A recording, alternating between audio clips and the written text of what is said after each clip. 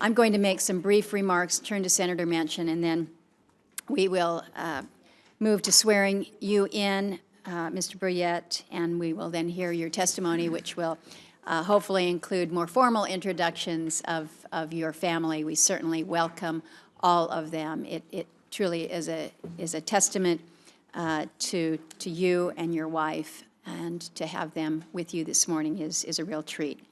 I, for one, am very glad that you are here before us as the President's nominee to be the Secretary of Energy.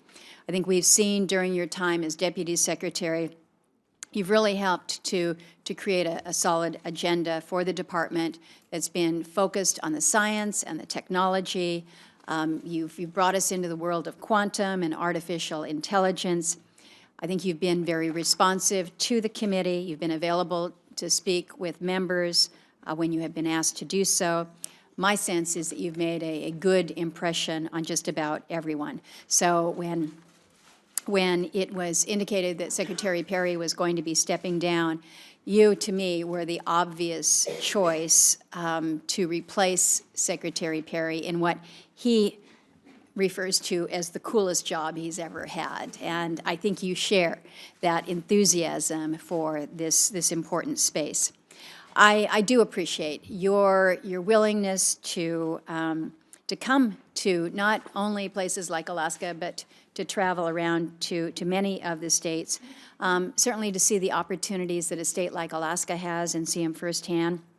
The first trip that you took following your confirmation as Deputy Secretary was to join me up in Alaska. We took him out to the Chena Renewable Energy Fair, where he was able to see much of what you saw, Senator Manchin, learn about the potential for low-temperature geothermal.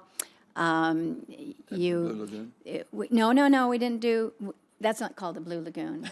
The geothermal hot springs there at Chena, but also great things like the Let Us Grow Tower, just further evidence that we can do more when it comes to food security.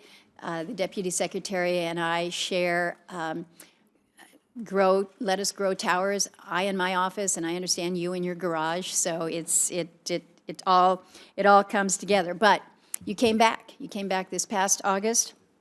We visited Kwingillingok and Kiniginak, small, very remote villages in southwestern Alaska. You were in Anchorage at CITC's Fab Lab. We got to get up on a pretty, we weren't up on the volcano, we were up very high looking out to the volcano that we were observing. So you have been on some pretty important and I think impressive field trips in my state. So you know that I'm going to invite you back because there's an awful lot more to be seen. So broadening my focus a little bit and recognizing your role here, should we confirm you, as I expect we will, to be at the helm of the Department of Energy. This is an exciting time. This country is a leading energy producer, as Senator Cruz has mentioned, and really a disruptor of world markets. We're now sending oil and LNG around the world. We're providing our friends and allies with energy while creating jobs and prosperity here at home. We're on the cutting edge of a number of exciting technologies like advanced nuclear energy, carbon capture, and energy storage. And through the department's work, we have the opportunity to really push out the boundaries of scientific discovery and build on our status as a global leader in the field of energy. We look to all the promise that our national labs, our 17 national labs provide, and the committed professionals that are there who really work in pursuit of these new discoveries. Really, one of our nation's biggest assets, these national labs are. Our research capabilities continue to be the envy of the world, and our challenge now is to ensure that it remains so. It's no secret that the President's budget request for the Department of Energy has fallen short of the expectations that we have articulated here on this committee. Congress has rejected the administration's funding levels each year, instead providing steady increases for widely supported programs like ARPA-E.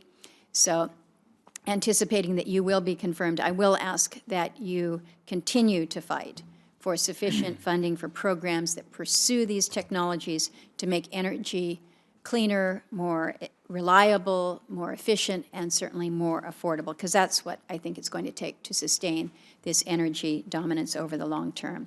So I'm going to turn now to my colleague, Senator Manchin, for his comments. We'll have an opportunity to ask questions throughout the morning, and if members have additional questions after this first round, we will ask that they be submitted by the close of business today. So, Senator Manchin, I turn to you. Thank you, Madam